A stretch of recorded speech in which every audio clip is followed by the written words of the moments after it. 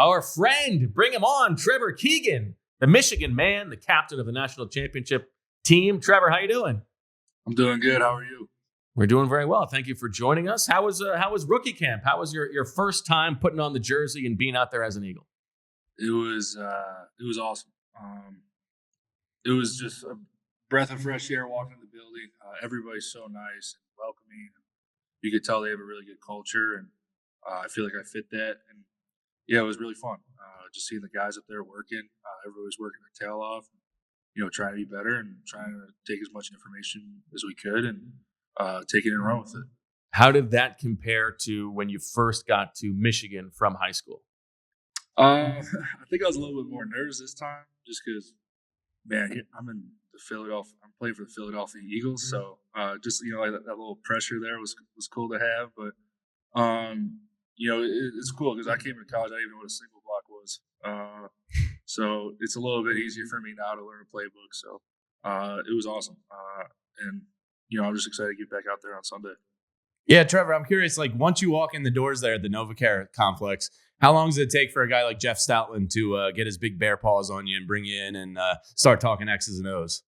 Pretty quick. I was doing a bunch of stuff like medical and, meeting with the equipment guys, just trying to get, all comfortable and set in the facility. And I was eating lunch and Coach Stoutland came and sat next to me, started talking ball already. So, from the moment you walk in, it's a business, and I'm super excited to, work with Coach Stout and TJ and as well the rest of the guys in the room.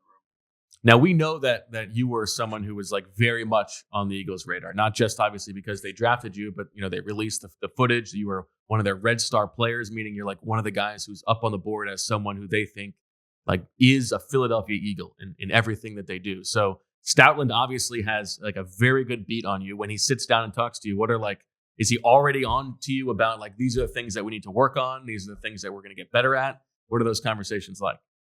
Yeah, a bunch of things. I was asking, hey, what are things I could work on? Combo blocks and mate blocks. A lot of times, in Michigan, I was a little too thick. I would take over the whole block. So, be able to give the other guy I'm comboing with more of a surface area to hit. Interesting. Just little things that I could get better at that I had no idea. He's a wealth of knowledge, and he's already taught me so much. And I'm just excited to continue to learn and, watch as much film as possible this week off that I have. What about the playbook? You talked about getting in the playbook. How overwhelming is that when you first get your first playbook as a professional? I don't know if it was overwhelming. I was just excited. We're going through installs and stuff, trying to keep up with the older guys in the room and the guys who are in OTAs right now. But it's all the same plays that I ran at Michigan. Just completely different terminology. If it's a 2-eye shell or if they're rolling down, 99 or 33, there's a different call for every single thing. Each technique, linebackers in a 30 or 40, if there's a tight 3 or, there's just so many different calls for everything, just learning the different terminologies. Definitely a little bump in the road, but it's definitely, pretty easy to get a grasp on it and, understand it. But to perfect it, you're going to have to take a lot of reps at it. So I'm excited to do that. Yeah, I was going to ask you, Jim Harbaugh, obviously, a pro style of offense that you're familiar with from Michigan. He's entering the league with you. Playing for Harbaugh at Michigan had to be quite an experience. Is there a funniest story about Jim that you can share with us? Did you guys have any milk chug offs or pleated khaki contests? Like, what was it? What can you share with us from your time with Jim? Man, Coach Harbaugh, he's just his own person, man. He, for some reason there's a lot of hate on him in the media and people don't respect him. But, he always says if 20 people say something bad about me, but one person says something good about me, that's a good day. I don't know, just his toughness. It rubs off on you.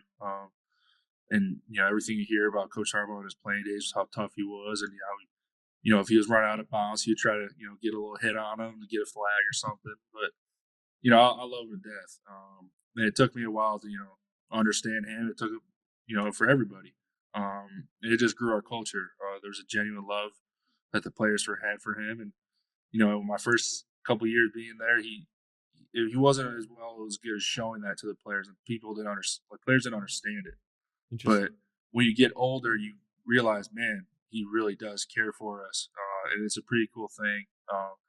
And it wasn't just the program changed. Everybody changed. Me as a person, Coach Harbaugh as a person, everybody just changed, and that's what helped the culture get to where it was. There's so many funny stories. I can't even like a team meeting after a big win. I think that's his favorite time of the week, just because he just lets it rip in there, and everybody's just in there laughing. Like he'll make a joke, and then for some reason nobody will laugh. He's like, oh, I thought it was funny, and then like we would all start laughing, and then he'll say something that like he didn't think was funny, and we would all be laughing at it. So yeah, there are so many stories. I'm just drawing a blank right now. Well, you talk about the program changing, and I know that part of your story is early in your career there, considering transferring and deciding to stay and push through. How much do you look back on that as like sort of a defining moment of what got you to where you are now? No doubt.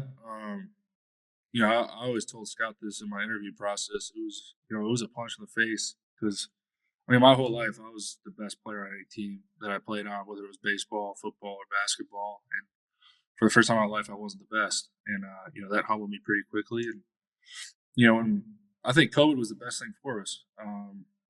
We came into it very confident, and it was just a punch right in the face. But we were working. We worked every day. When they canceled the season, we were the only team still practicing. So I think just leaders stepped up, and our philosophy changed, and we took it around with it. And guys like Aiden Hutchinson, Andrew Vistardis, Josh Ross, they gave us a blueprint on what a leader is and how to lead a team and what a team should look like. So it was just up to us to take it and run with it.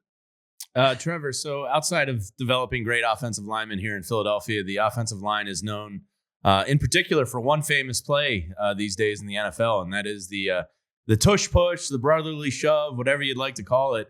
How much are you looking forward to running that play? I'm super excited. We had something very similar to that in Michigan. It was just, a wedge play, our short yards play. We were pretty successful at that. So hopefully I kind of have a little grip on it. But I'm just excited for it. If you're able to trust your own line and 4-down territory, if you're on the 50-yard line or you're just on the plus side of the field, and have faith in the whole line, have faith in the running back, he's going to hit the hole. The quarterback, he's going to wiggle his way through. It just shows your confidence in the team and confidence in your players to do their job and get it done.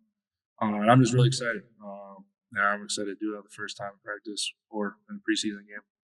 Yeah, I don't know how much you're going to be doing it full speed in practice, but we'll hopefully get to it in a game.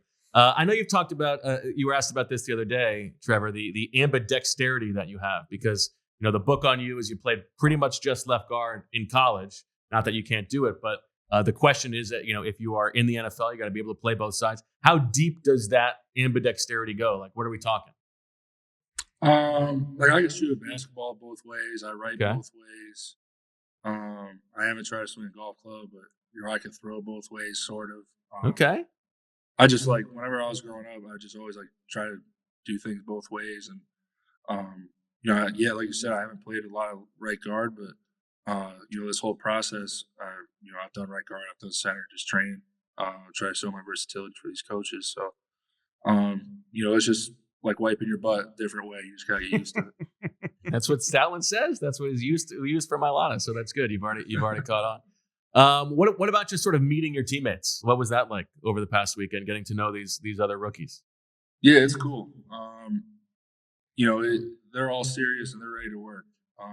It's me and them. They're excited. And we're on this journey together. It's almost like we're freshmen coming in, trying to help the program again. And we know that we're going to try to get everything possible to help out the team and, earn our role and earn the respect of the guys in the room and as well as the coaches. So Trevor, in doing my research on you, I found that you're pursuing a master's degree in social work, which is great. And you were an undergraduate communications major in media. So I did want to extend an olive branch to you here on behalf of PHLY that if you find yourself with some downtime this summer and you've already mastered the playbook and all that, if you'd like to intern with us here at PHLY Eagles podcast, consider the invitation extended. All right. I appreciate it. Yeah. It's going to be hard work. About doing something in sports broadcasting. So. Yeah, we can give you your start hopefully. So consider us. Yeah, let's project out 18 years down the line. You've achieved your Hall of Fame career. You're ready to hang it up. What's the goal after that? Man, I think if I didn't have football, I'd probably go crazy. So I'd have to be a coach. Or I don't know. I'm definitely not pursuing social work. That was a non-degree seeking thing. That I did. Okay. All right. But definitely something with sports, sports broadcasting or being a coach. That's kind of what I envisioned. Love it. Last thing for me, Trevor, is, I don't think that we often enough think about, like, you are a young man in your 20s, like relocating to a new place for a new job. What are like the logistics of the last week and the next couple of weeks for you? Yeah, I have no idea. The whole process, I was like, man, I don't know where I'm going to live the next 4 years. I still don't. It's kind of bizarre. It is kind of bizarre, but I'm excited for it. I've ever since I got drafted, I've just been doing research on, the city of Philadelphia and trying to find spots to live in. I do think we have an open office here if you want to just shack up here. How much is the rent? We'll keep it low for you. I promise. Yeah.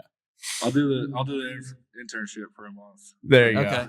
And we will pay you in Miller Lite and Olipop. Yeah. I'm in. All right. So, Trevor, this is my last one for you. We all saw you chug the beer at the championship parade. We'd love to see you chugging a beer on Broad Street one day. How many people have told you during this process and winding up in Philadelphia that you are a Philadelphia guy? Is that what you hear just nonstop? Yeah, everybody keeps telling me that. The funny thing is like that was my only beer of the day.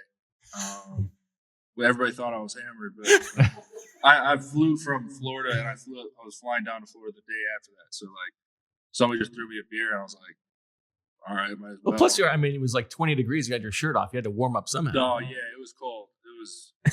It was cold. I had to put the shirt on after because then the dang frat dudes were throwing natural lights at us. Got hit in the head, cracked my head open. Did you? Oh. I did. So, but it's like you got to keep your head on a swivel. You don't know where the blitz is coming from. Like, well, I was trying to catch one. And I turned around and I got doinked right. They sent a stunt. Yeah. Did that just happen? My face is leaking of blood, so it was pretty cool. And then what is the story with the DeShawn Jackson jersey? And like, did you have 32 jerseys ready to go? No, I was just a big kid who loved like jerseys growing up. Like, yeah, love it. There was a guy who was balling out in the league. Like, it's like, I get that for my birthday or Christmas. And when I got drafted, I'm like, damn, I don't have anything green because we weren't allowed to wear green or red in our facility. Oh, wait, I might have this in the archives right here. So I went all the way in the back of my closet and I pulled it out. That's fantastic. Well, Trevor, thank you so much for taking the time. We look forward to getting to know you better, and hopefully this was a good introduction to the Eagles fans. Absolutely, no doubt. Thank you for having me. Thank you, Thanks so much.